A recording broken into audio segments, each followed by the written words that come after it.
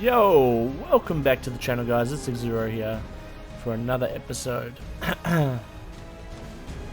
Now, before we begin, I just need to clarify something. I am very sick. I worked over the weekend. I decided to pull a muntage. I ended up going out, and let's just say it is storming every night right here, right now. So somehow I did end up getting sick. So hopefully my voice isn't too bad. And if it is, just take it out of my mic like everyone else. Next, I'd like to thank you guys watching. Thanks to Muntage, you guys have come to the channel. A lot of you know I'm new to YouTube. Your support's been amazing. I am still learning, so bear with me. It's a slow process, but we'll get there, we'll get there. I am reading all your comments. I am taking your advice on board. So hopefully, not too far in the future, I'll get this thing down, and my videos might turn out to be decent. Who knows? Who knows? But in the meantime, I'd just like to say thank you to Muntage, thank you to you guys. Alright, enough of all that. Let's get into the episode. So at the moment, we're getting ready to move bases. Okay, so we're pumping out boss fights. Now, the big reason we're doing boss fights, of course the element's a good thing. Yeah? Everybody needs the element for the tech turrets and all the structure, things like that. But we're doing a lot of boss fights back to back to farm black pearls off the death worms. So as a lot of you know, transfers are not open, and everything tech costs black pearls. Now there's no way to actually farm black pearls over on Scorch. So death worms give like 4 to 6 per, but in a boss fight you get like 5 or 6 death worms. So we're pumping out those boss fights, getting that element, getting those black pearls, and now we're getting ready to move. Now we're back at what remains of our original base, our baby base if you will. There isn't much. We've kind of cleaned up. Hey, this guy. We've kind of cleaned up. All our dinos have been cryoed or moved. Our crafting area has been disassembled. There's nothing left.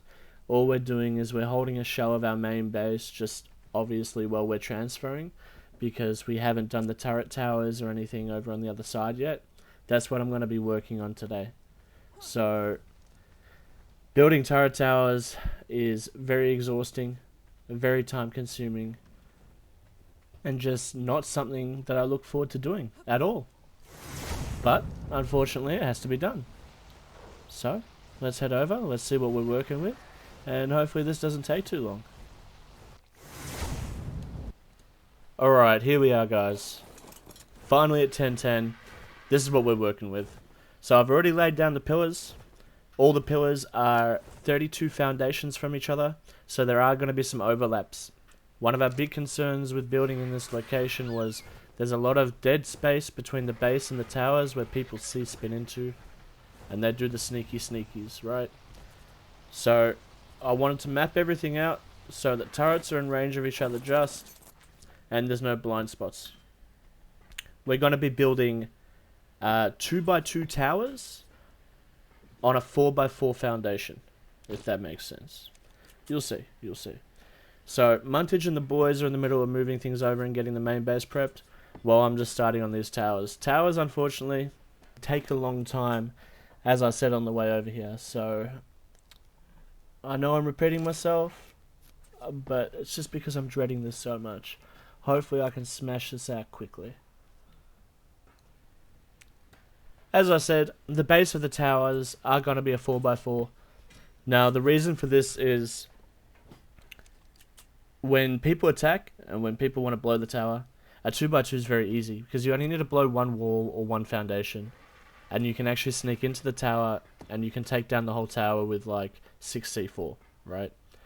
If you're building it a 4x4 with a 2x2 in the middle, it means all those walls that you're placing for the tower have foundation support from the outer foundations. It's just a simple method to make your towers a little bit stronger for very, very little resource cost. So that's what we're working with. I will be using the S Plus large metal walls. Now these are kind of new to me, so I am playing around with them. From my understanding, these walls have a lot more HP than your normal metal walls. They're 4 high. However, you can't create snapping points in the middle of the wall. Okay? So what I'll be doing, which you see, is I'm going to be using normal walls on top of these, just so I can do my layers properly. One thing I want to make clear when you're building a turret tower, and I don't even care if you're not OCD, please, please, make your walls on the same snapping point. Look at this. Look how ugly this is. And it also means, if they're on the wrong snapping points, it means explosive damage can actually go through them. On rare occasion. I'm not going to say, I don't want to get spammed with messages saying, that's a lie, that's a lie. It does happen, I've seen it. If you've got cables on the inside and someone's C4ing, sometimes those cables can get destroyed because of the separate snaps. So please keep that in mind while you're building. Building anything, your base, towers, whatever it may be. And if you're on these servers, you don't actually have an excuse because we've got demo guns. I wish demo guns were official. The amount of builds I had to do where you're just demolishing stuff because even pickup wasn't in, it was awful. Alright, so we're just doing hatch frames on the first layer. These towers are going to be 2 layers to start off with. We're aiming for 50 turrets per tower. It's going to be 30 tech, 20 heavy. Now the reason for the odd numbers is because at the end of the day, tech turrets are a lot easier to farm for, and they take a lot longer to soak. Well, the main use for heavies is really just players, rockets, and things like racers, the things that take reduced damage to tech turrets. As you can see, I just finished the second layer, so I had to actually use normal metal walls for the second layer, because like I said, there's no snapping point at midpoint, so I could have used an extra large wall and done another one 4 high, but I don't want to do that because then the towers get a bit big and a bit obnoxious. I wanted to keep it clean, tight, not too separated. Now that the framework's done, I can start putting down the turrets. I'm going to start with the tech, then do the heavies. There's a lot of settings to change, a lot of ammo to move, so I'm kind of just going to skip through that. No one wants to watch that. You know, it's always been a giant fear of mine, you know, while I'm building these towers, that someone just fobs up and runs in. Like, the amount of loot that you can get, ridiculous. Ridiculous. Look at this rock golem, what a beast. What a beast. Alright, now the tech turrets are out, I just want to cover my own ass.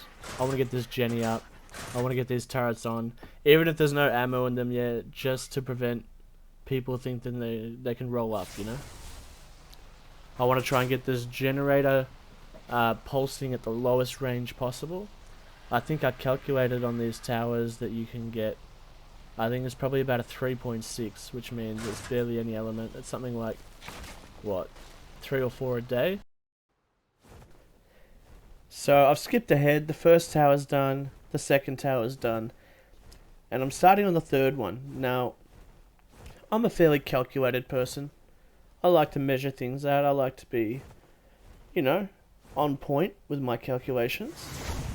The only thing is, I completely forgot about the ORP bubbles. So, I'm fiddling around trying to figure out, ORP, we know it's going to hit everything, we just need to see how far it goes out. So I'm just fiddling around with that right now. But I'll get back to that once the third tower's done. So while I've been building these towers, Muntage has been starting his spam. He's been doing gates with billboards between the towers. Now there's 2 reasons for this. So people can't push in freely. Also, we can put Velonosaurs behind the billboards and they shoot through billboards. Very useful. And it's also, I mean, it looks good. It looks good. And you can have dinos up against them as storage and then be somewhat protected. So there's a few uses for it. It's looking good though. Third tower's done. Now let's get back to this ORP situation. So right now we have 1 pillar down on the left and a second pillar down on the right, which leaves 1 ORP pillar for our teleporter once we set it up. At the moment they're on max range, and I believe they are hitting everything. Let me have a look. So there's quite a lot of overlap happening on the middle tower. I might actually fix that up. I might move it out a little bit and get it refined. But it definitely hits our 2 side towers and our main base, so I don't think it's much of an issue. I would like it to be bigger, just so maybe our foundation span, when it gets laid down, actually has the ORP on it, because that would be really nice. But I'm not sure if we're going to have that luxury. Anyway, that's the ORP sorted. That's the base towers done without sky towers or anything like that. And it's been a really long day. It's been like 12 hours of just moving and building, and of course the servers are going down in 45 minutes. And yeah, I feel like I've put in a lot more visible work than the other boys. No, I'm just playing. I'm just playing. They're putting in work. They're putting in work. It's just obviously you can't see it. Nah, I'm just trolling. I'm just trolling. Alright boys, I'm gonna wrap it up there. I'm sick, trying to recover. It's late, I need some sleep. Thanks for tuning in, hope you enjoyed the episode. If you did, please hit that thumbs up. If you didn't, still hit that thumbs up. I need everyone I can get at this point.